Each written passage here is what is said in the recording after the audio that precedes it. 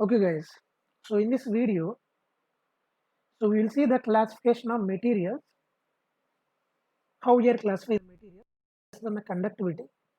So in generally, so we are classifying the materials based on the conductivity into three types, as everyone knows, that is conductors, semiconductors and insulators.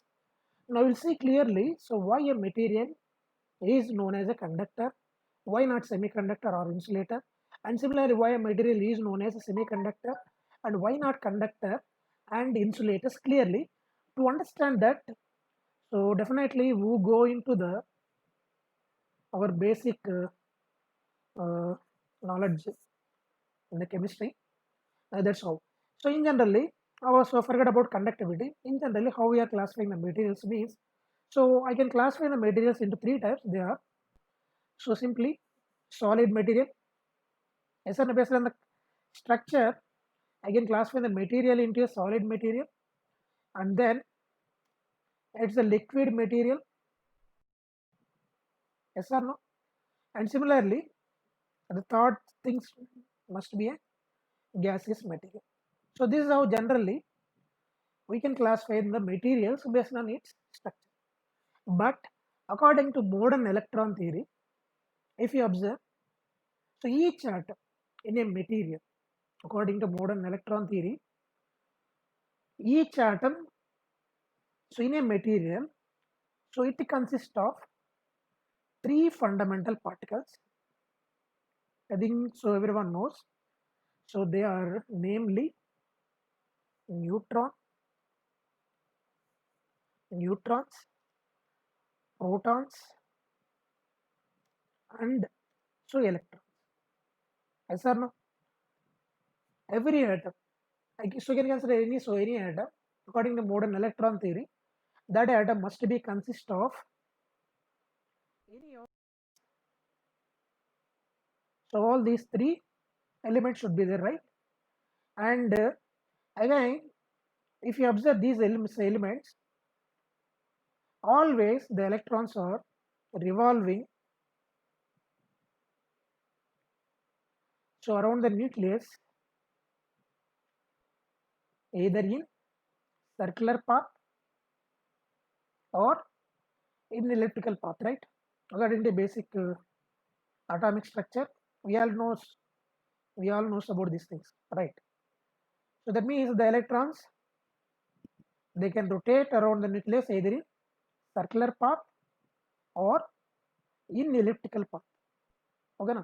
So the electrons are revolving around the nucleus in circular paths. It's proposed by scientist Bohr, and he named it as a Bohr's model.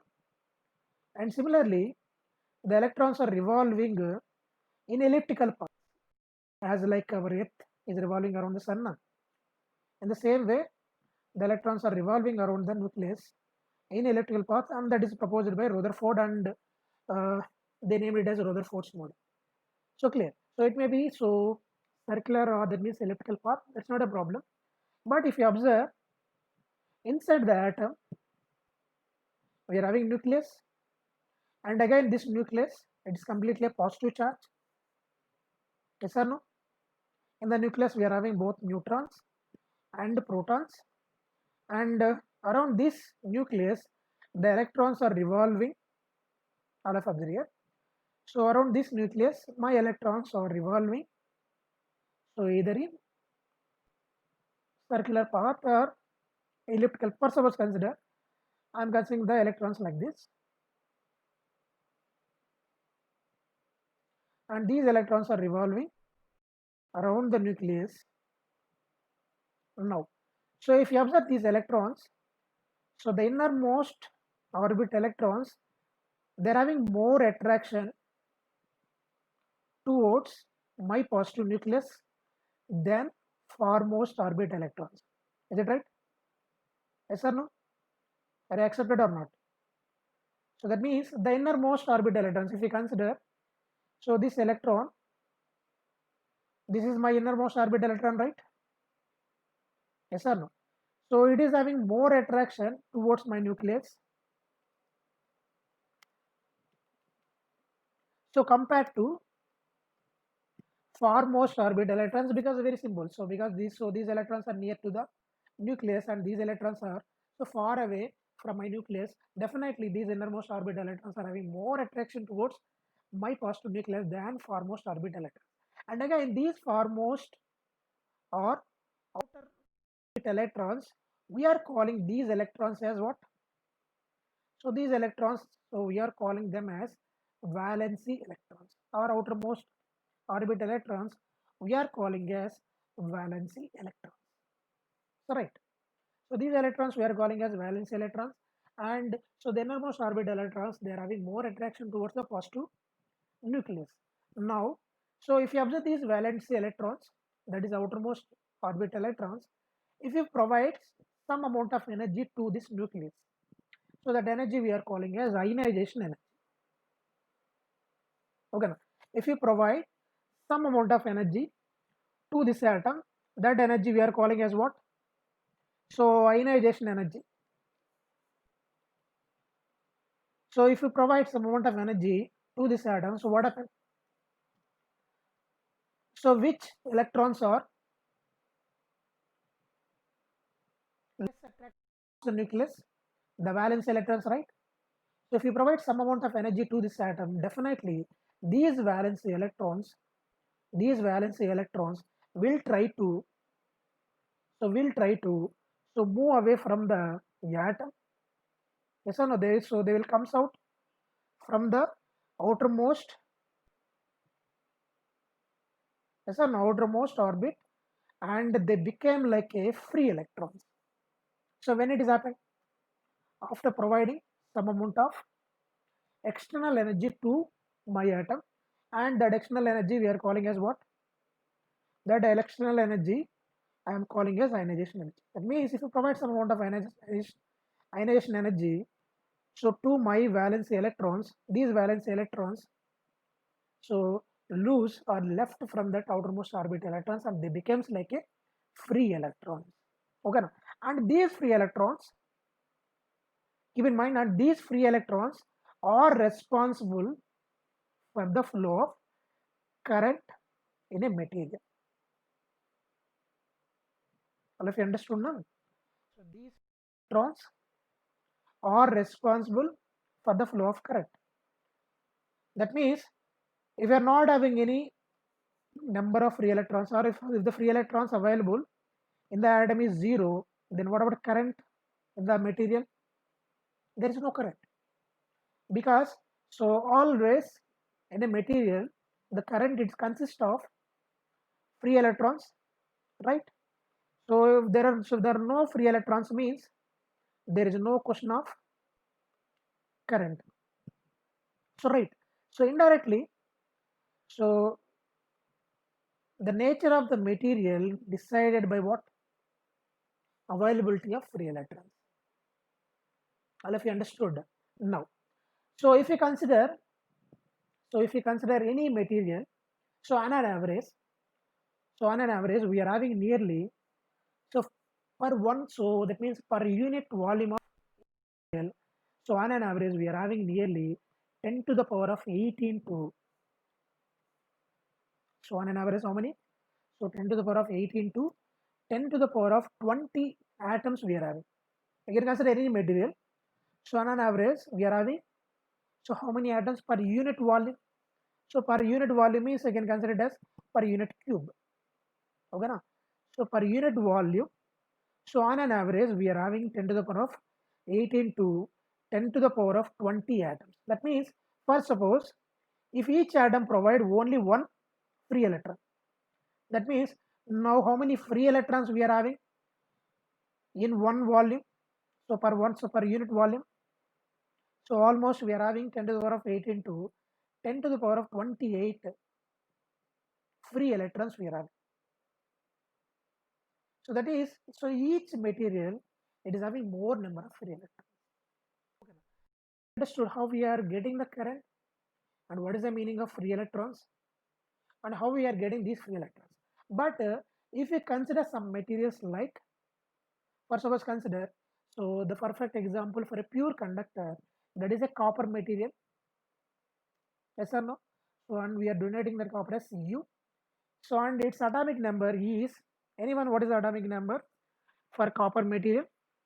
So the copper material atomic number is what? So the atomic number is,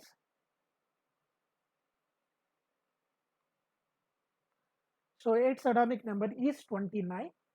And if you write the electron configuration for this copper, the electron configuration will be like this: 1s2, 2s2, 2p6, 3s2, 3p6, and then 4s2, 3d, 9. Okay, na? I will indicate those things. So the electron configuration of copper will be like this: 1s2, 2s2, and 2p6, and 3s2. So 3p6, and then 4s2, and it is 3d9. Okay, na? 4s2, 3d9. But if you observe here, so this is the fourth orbital, and this is the third orbital. In the third orbital, how many? So electrons are there? 9 electrons are there. In the fourth orbital, we are having 2 electrons, right? So now this is not the actual configuration. So now the actual configuration will be, all of you observe here. First, the electrons has to fill the innermost orbital electron, then the electrons move to the next orbit, right? That means then we are having 4s1, 3d, 10. Now, so now if you observe the electron configuration of this copper material, so what we observed means, so anyone, so how many valency electrons we are having in this copper? Very simple to identify, right? So what is the last orbit? Fourth orbit, right? 4s1. So that means in the, so 4s1, how many so electrons we are having? Only one electron is there. That means the number of valency electrons, so in case of copper atom or material, it is equals to how many? It is equals to only 1. So only one valence electron we are having in case of copper material. So because of that reason, to get the stability, okay, now to get the stability, first of all, if copper wants to get the stability, it has to lose only one electron, that is one valence electron. If copper atom loses its electron, it gets its stability like neon, argon, krypton, xenon. So like that, it will get the stability. So right. So in generally, we don't want to provide. So we don't want to provide any amount of ionization energy here. So far when it comes to copper, I don't want to provide any amount of ionization energy to remove the valency electron from my copper atom, because so if copper atom itself, if it removes its one electron from the outermost orbit cell, the copper itself will get the stability. So that is the reason why I don't want to provide any amount of ionization energy for the copper atom.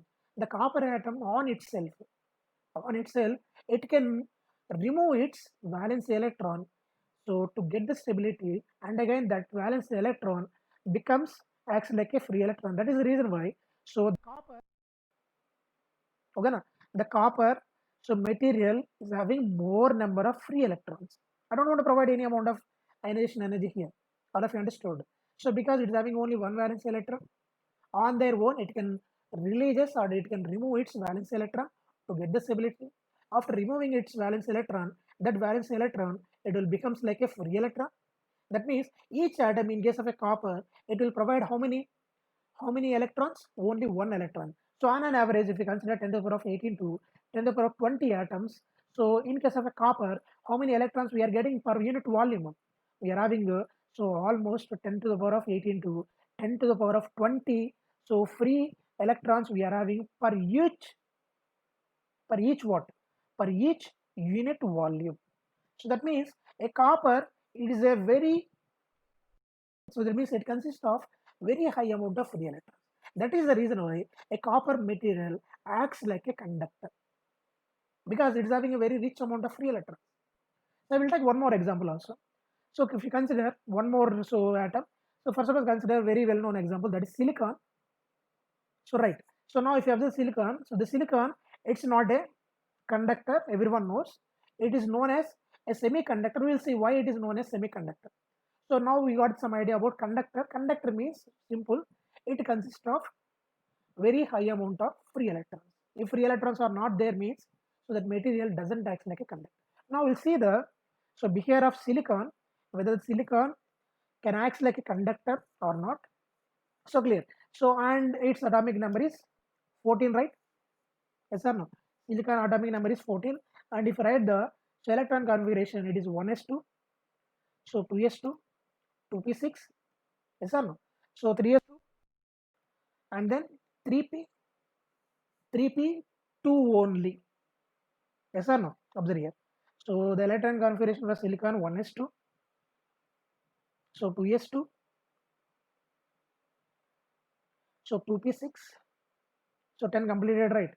So the remaining 4 valence electrons, right? So 2 in s orbital of third and 2 in p orbital of third. So now if you observe the silicon atom, so in the outermost orbit cell, in case of silicon, how many electrons here we are having? Here we are having 4 electrons we are having, all of you observing. In the third orbit, how many electrons we are having? So we are having 4 electrons. That is the reason why. So this silicon comes under which group? So this is the reason why this silicon comes under fourth group only. So fourth group means in the outermost valence cell, we are having 4 valence electrons. Is it possible to remove 4 valence electrons on their own? It's not possible. It can release or it can remove its 1 electron to get the stability. But when it comes to silicon, it is having 4 valence electrons. So and to get the stability, it has to release or it has to remove its 4 valence electrons. It is not possible. That is the reason why a silicon, it acts like a semiconductor. So why it is known as semiconductor means, if you provide some amount of energy, if you provide some amount of energy, it can release or it can remove its 4 valence electrons, and again those 4 valence electrons becomes acts like a what? Free electrons. Then the silicon can act like a conductor. So the semiconductor means, semiconductor, it's also a conductor only, yes or no? So it is also a conductor only, but the question is but the question is what? So semiconductor doesn't consist of, so on their own doesn't consist of free electrons, yes or no? We have to provide some amount of energy to get the free electrons. So clear. So that means here a silicon material, so it requires ionization energy. Are you accepted? So it requires ionization energy, so to remove its valence electrons and to provide the free electrons for the conductivity. That is the reason why silicon, it is also known as a semiconductor material.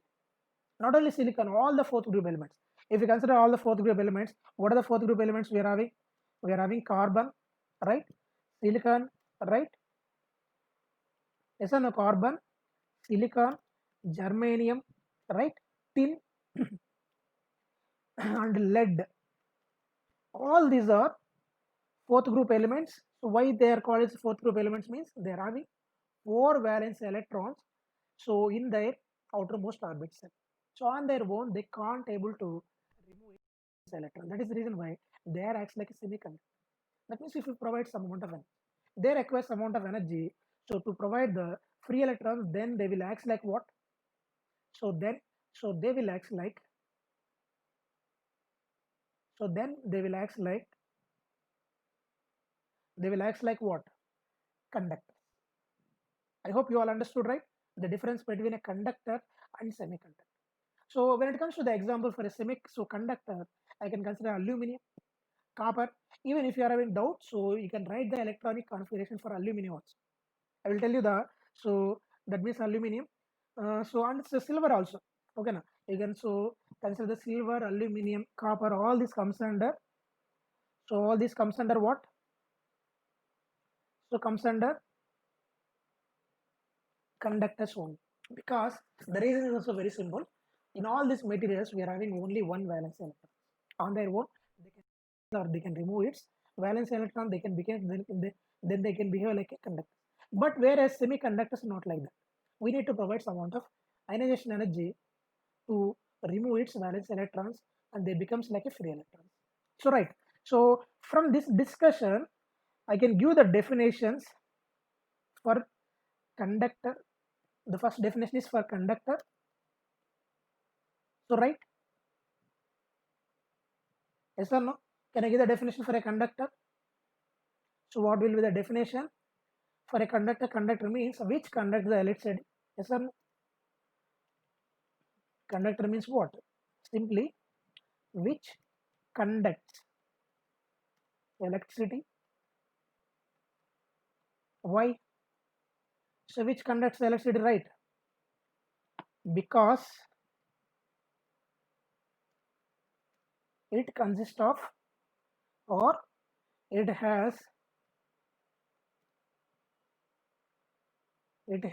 very high number of free electrons. Yes or no? So because the conductor consists of more number of free electrons, because of that reason, a conductor acts like a, that means a material acts like a conductor. And when it comes to examples, so what will be the examples here? I can write the examples as, so copper, right? Silver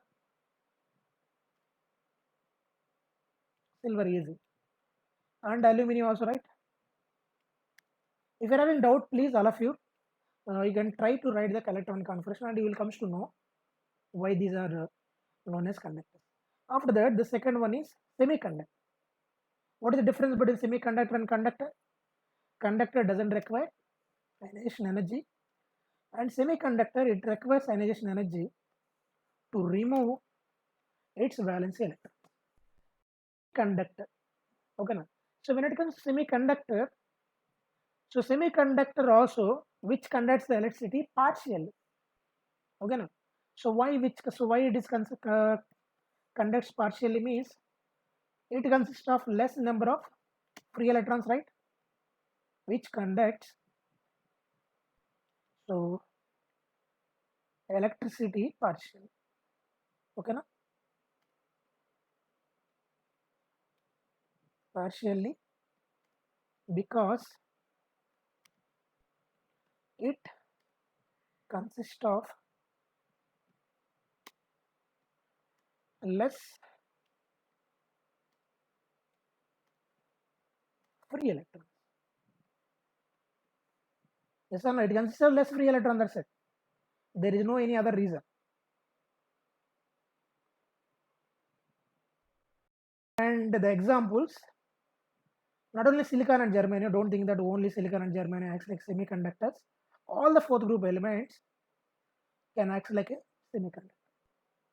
The major examples are, because the availability, based on the availability only we are telling. The availability of silicon and germanium are very high in our India, right? And what about insulators? What about insulators? So what are the example for insulators? Wood, right? Plastic, right? So when it comes to insulators, so which doesn't conduct the electricity, why? Why these insulator doesn't conduct the electricity? Because it doesn't consist of what? Free electrons, which doesn't conduct electricity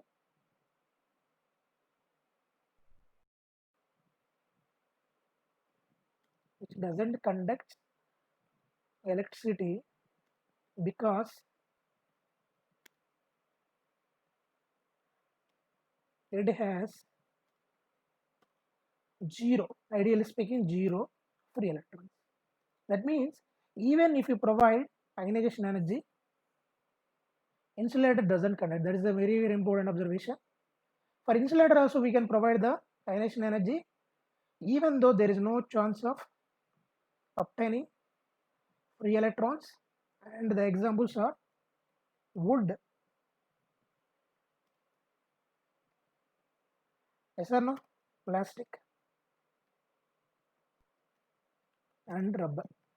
Some examples. We can consider more examples also. And to differentiate the conductor, semiconductor, and insulator, I will draw some diagrams, very interesting and important also. If I consider a material like this, I will differentiate in a diagrammatic way. How I can differentiate conductor, semiconductor, and what? Insulator. So in case of a conductor, so we are having atoms.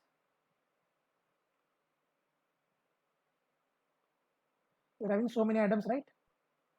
And each atom will provide what?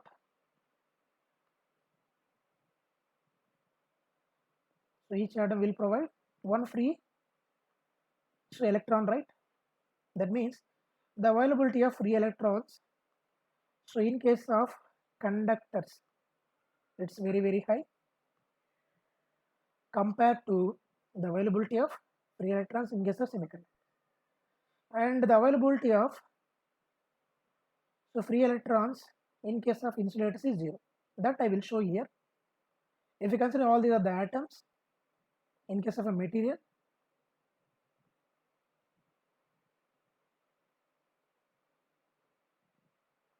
first of all consider each atom will provide one free electron.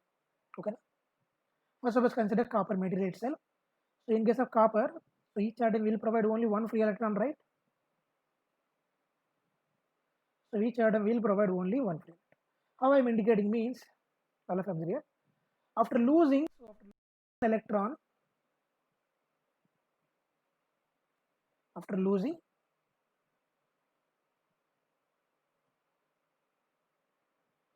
one electron by any atom, the atom becomes an immobile positive ion. Keep in mind, after losing, okay na? After losing, so one electron, so by any atom, then it will act like a immobile positive ion, right? That's what I am indicating. All these atoms after losing, so one electron, they becomes like a positive ions, right? That's what I'm indicating here.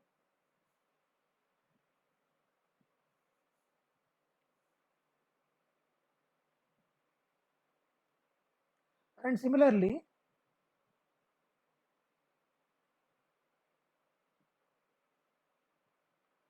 I will indicate the free electron also after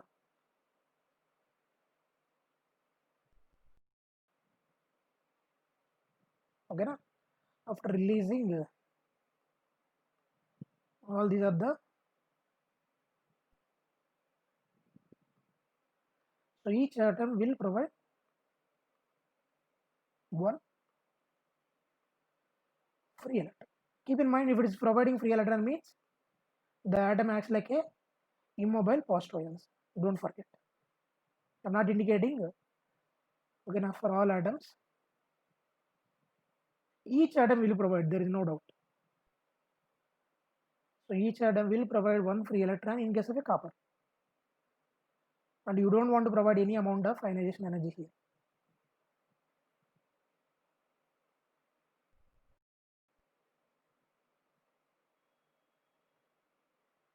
But so when it comes to semiconductor, so in case of semiconductor also, so we are having atoms, but the availability of free electrons are very less. That is only differentiation I can create between conductor and semiconductor. Here also I consider some number of atoms, and in these atoms only few will provide free electrons. That means the availability of free electrons are less. That means it requires more amount of ionization energy to provide free electrons. But what about insulator? In insulator we are having what? Only atoms. There is no chance for free electrons. right? Will indicate only less number of free electrons. So in case of so whereas in case of insulator, we have only atoms, and there is no availability of what? Free electrons. So like this I can differentiate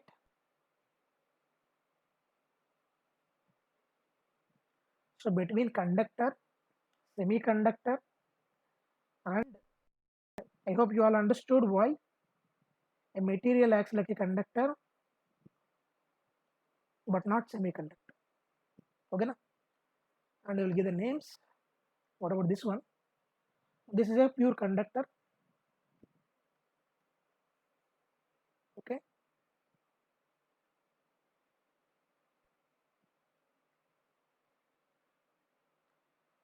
So what about this one? This is semiconductor.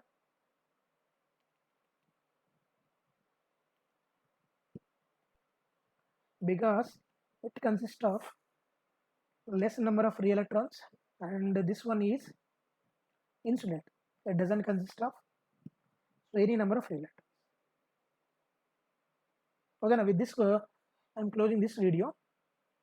So in the next video we will discuss about the definitions of voltage, current, power, and then we will move to the our basic elements: resistor, inductor, and capacitor.